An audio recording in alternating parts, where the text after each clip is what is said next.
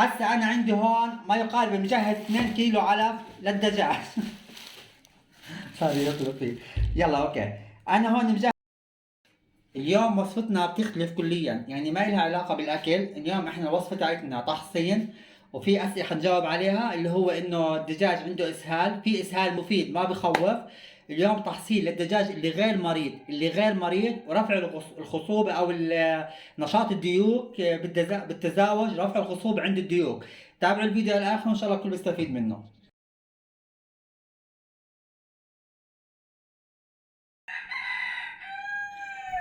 يعطيكم العافية، أهلا وسهلا بالجميع. معكم سطيف للدواجن. بتمنى إن شاء الله من الجميع الاشتراك واللايك والتعليق وتفعيل الجرس. طبعا اليوم وصفتنا بتختلف كليا عن الوصفات اللي عملناها قبل هيك. اليوم رح نعمل طريقة، احنا هلا يعني هسه داخلين على الشتاء، احنا بشهر 9 أو بنص 9 تقريبا. الأشهر الجاي شهر 10.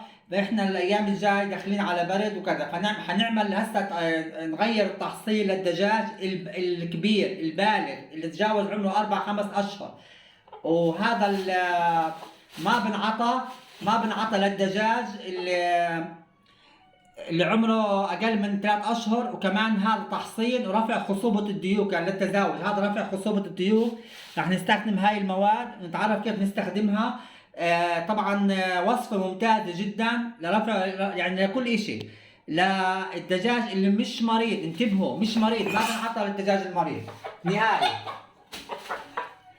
هاي الوصفة بنعطيها للدجاج اللي ما عنده أمراض. ليش طب بنعطيها للدجاج اللي ما عنده أمراض؟ بنعطيها للدجاج حماية، تحصين، بحيث إنه لو حامل فيروس، حامل فطريات، حامل أي نوع من الأمراض، عفوا من الفيروسات، إنه قبل ما يشتغل عنده وياخذ مفعول نقدر نتصرف ويقدر يقاوم جسمه. هذا بالنسبة لرفع مناعة الطيور الناضجة الكبيرة، ما بنعطيها للصغار، انتبهوا. وكمان هاي الوصفات بترفع خصوبة الديوك بشكل ممتاز جدا، وبتخلي الديك يمارس نشاطه بالتلقيح والكسر على الدجاج او اي نوع من الطيور، سواء بط او وز، اي نوع من الطيور. شو المواد اللي راح نستخدمها؟ طبعا راح نستخدم راس بصل فرمناه هون ناعم. طبعا مش حنعطيهم كلهم هذا الكميه، هسه حفرجيكم كيف المقادير. اهم شيء المقادير والمعايير، الواحد يفهم كيف يستخدمهم، لانه ناس كثير بتعطي كميات كبيره وهذا غلط. حنستخدم ما يقارب نص راس توم، يعني 6 7 توم، حبات توم بالحجم هذا. حنستخدم حبه ليمون مشرحه 4 شرحات، هذا كله حينزل على الخلاط. نستخدم قرنين فلفل. يعني انا هاي وجبه تحصين ملهاش علاقه بالاكل، بس انا حفرجيكم الطريقه كيف، يعني مش إلها علاقه بالعلف، هاي إلها علاقه بالتحصين. حنستخدم الزنجبيل كالعاده طبعا. يعني معلقه كبيره مسح زي ما انتم شايفين هيك. نفس مقادير انا بسويها بتحطه، ما حدا يزود مقادير او يقلل، يعني نفس هيك، يعني معلقه مسح من الحجم هذا شايفينه حجم. نحط كمان نفس المعلقة هذا الكركم والزنجبيل اللي حنستخدمهم. طبعا راح نستعين بالخلاط هون.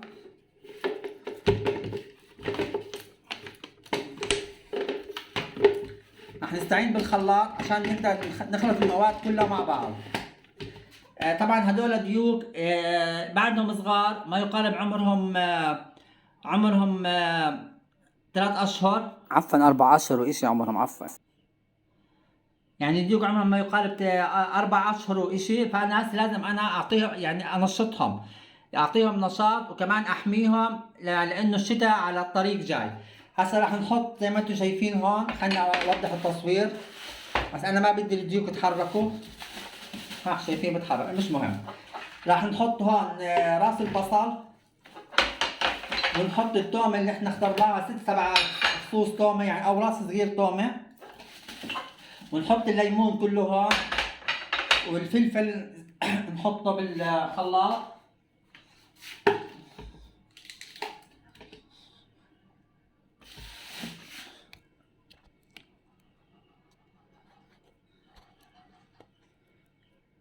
يعني حطينا البصل والثوم والفلفل والليمون والزنجبيل والكركم، هيهم راح نديرهم معلقتين كبار مسح، نديرهم مع الكمية نفسها. هيك الخلطة جاهزة. بضل علينا الخل الأبيض. الخل الأبيض راح نحط، حتى أنا أفرجيكم العيار، لأنه كل مرة ناس كثير بتسأل عنه وبتغلب معهم. راح يعني شايفين هذا الفنجان، فنجان القهوة بتحط ربعه بس، ربع فنجان قهوة على 2 لتر مي، ربع فنجان قهوة زي هذا، ربع فنجان على 2 لتر مي بنعمل هاي الخلطة للطيور. الخل الابيض ممتاز كثير وبحارب السموم، بحارب البكتيريا، بحارب الفطريات. فاحنا هاي الوصفه نعملها تحصين ورفع خصوبه الديوك، واذا كان عندي واذا انصابهم بعدها شوي بطنهم مشي عادي في اسهال لهم مفيد. حاعملكم حلقه عن هذا الموضوع، عن موضوع الاسهال للدواجن المفيد. عملكم فيديو ان شاء الله عنه، انه في بعض اسهال مفيد، هو بكون يعني تنظيف الامعاء لو للجهاز الهضمي مش مضر، مش مضر. راح نزيد المية حاليا نص لتر، ححط مي شايفين عفوا لتر مي بدي احط، وبعدين بزيد انا كمان نص لتر كمان لتر بزيد، بس هسه عشان بدي اخلط ما يطلع هذا لبرا حطيت بس نص لتر مي.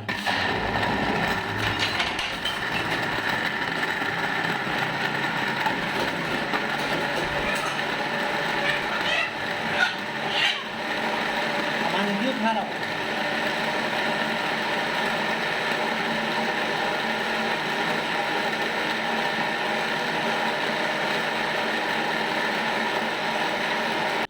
يا جماعة معلش أنا نسيت، لازم أضيف معلقة ملح.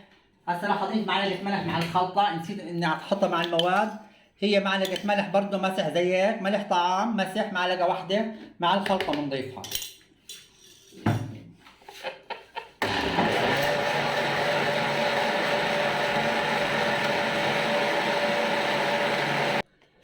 هسه طبعا نحن خلطنا المواد زي ما انتم شايفينها هون، راح نفضيها بالمحجان بقزازه وفيها شويه مي، معلش احنا حنزيد هسه على الترين مي. زي ما انتم شايفين بنفضي كل المواد هون بقزازه ما يقارب لترين مي. شايفين هاي صار عندي انا لترين مواد تحصيل للدواجن. كيف بدي استخدمها هسه راح نفرجيكم كيف. الطريقه والمقادير اهم شيء، يعني ما تفكر انك عملت هاي الكميه بتحطها للدواجن كلها، لا طبعا هاي بس مقادير. هسه انا عندي هون ما يقارب مجهز 2 كيلو علف للدجاج صار يطلب فيه. يلا اوكي، انا هون مجهز 2 كيلو علف للدجاج، شايفينهم 2 كيلو علف مجهزهم. قديش بدي احط عليهم كميه من هاي الخلطه اللي انا عملتها؟ بدي احط عليهم كاسه زي هاي، وكل كم من يوم، كل 10 ايام، يعني بعمل بالشهر مرتين او ثلاث عادي، بتقدر تعمل كل اسبوعين او كل 10 ايام تحط هاي المواد للدجاج وتخلي لهم هاي الخلطه. ليش بنحطها مع الاكل؟ افضل بكتير مع المي، مع المي ممكن خلال 4-5 ساعات تفسد وتفسد المي، والمشارب بصير فيها خضار، يعني بدك تضطر دائما تنظف المشارب. بحطها مع العلف لانه العلف يستهلك على السريع، يعني ما بقعد، بتحطه ساعه ساعتين بكلوا الطيور او الدجاج او اي نوع. فانا بفضل التحصينات كلش تكون مع العلف. اول شغله بستفيد منها اكثر الطيور، بياكلوها بشكل اسرع وهي يعني طازه ما تعرضت للخراب او على الفساد. ثاني شغله بيمتص جسمه اسرع. الميه بتعمل ممكن بعد 4 ساعات تفسد هاي الخلطه بالمي. تعطي يعني مفعول عكسي، بدل ما تزبط مع الطير تمرضه بدل ما تشفيه. احنا ما بنستعملها هاي الخلطه للمريض، بنستعملها تحصين بس للمريض، هاي حاميه ما بنستعملها، هاي بس الانسان للطيور اللي صحتها جيده. عشان هيك ما لو عندها فيروس عندها شيء بقضي عليه، يعني تحصين احتياط للمرض. تاني شغله المشارب بتضلها تتوسخ بشكل كتير وبصير فيها خضار، بدك تضطر تنظف دائما، فيستحسن وضع التحصينات مع الاعلاف. وجبه كل 10 ايام كل اسبوع عادي ما في مشكله، بس بشرط يكون للدجاج البالغ، للدجاج اللي عمره يتعدى 4-5 اشهر. هذا اهم اشي، يعني ما نستعمل هاي الكميات لدجاج اقل من 4-5 اشهر نهائي. اقل اشي من 4.5-5 اشهر يكون صحته منيحه ما يكون مريض، عشان بدي اعطيه هاي التحصينات. هسه راح نحط هاي المواد هون زي ما انتم شايفين. طبعا فيها هاي نسبة خبز مطحون، ونسبة علف بياض، نسبة علف لاحم، ونسبة ذرة، ونسبة يعني أكثر من نوع. بس أنا ما بدي أحكي عن العلف، أنا بدي أحكي عن التحصيل. إحنا حلقتنا يعني فيديو اليوم تبعنا اليوم عن التحصيل. وزي ما انتم شايفين بحط هاي الكمية على تقريبا 2 كيلو علف خليط، وبفتلهم تفتيل، مش بخليهم يخبصوا بس، يعني يكونوا مفتلات تفتيل بالطريقة هاي. هسا اذا احتاجنا كمان شوية مي بنحط مي مخففة، يعني ما بنحط من نفس الخلطة، خلص بنحط مي مخففة بس. يعني الخلطة اخذنا احنا احتياجتنا لها كل 2 كيلو 2 كيلو ونص علف كاسة مي من الخلطة هاي، تحصيل رفع الخصوبة للطيور او الديوك بشكل ممتاز. ما شاء الله بصير عندك الديك بسم الله ما شاء الله، يعني شغال 100% وانتاجه بصير ممتاز، والبيض كله في تقصيب وتلقيح بشكل ممتاز. وعن تجربة، وانا بحكي شغلات عن تجربة كلها طبيعية ومن البيت ممتازة جدا. وكل انسان ان شاء الله يعني بحضر فيديوهاتي وبشوف قناتي راح يستفيد كثير من معلوماتي، لاني انا بعرف شو بساوي، وان شاء رب العالمين اني بسوي شغلات مفيده للكل. دائما انا العلف، انا ما بدي احكي عن العلف، قلت لكم انا هذا الفيديو عن التحصيل، بس يعني بدي اعطيكم معلومه انه دائما العلف انا بحب افتله تفتيل، ما بحطه ناشف نهائي. وزي ما حكيت لكم كل انواع الحبوب انا بنقعها قبل بيوم، مثل الذره مثل القمح مثل العدس، عشان يساعد بالهضم للطيور كلها بشكل عام.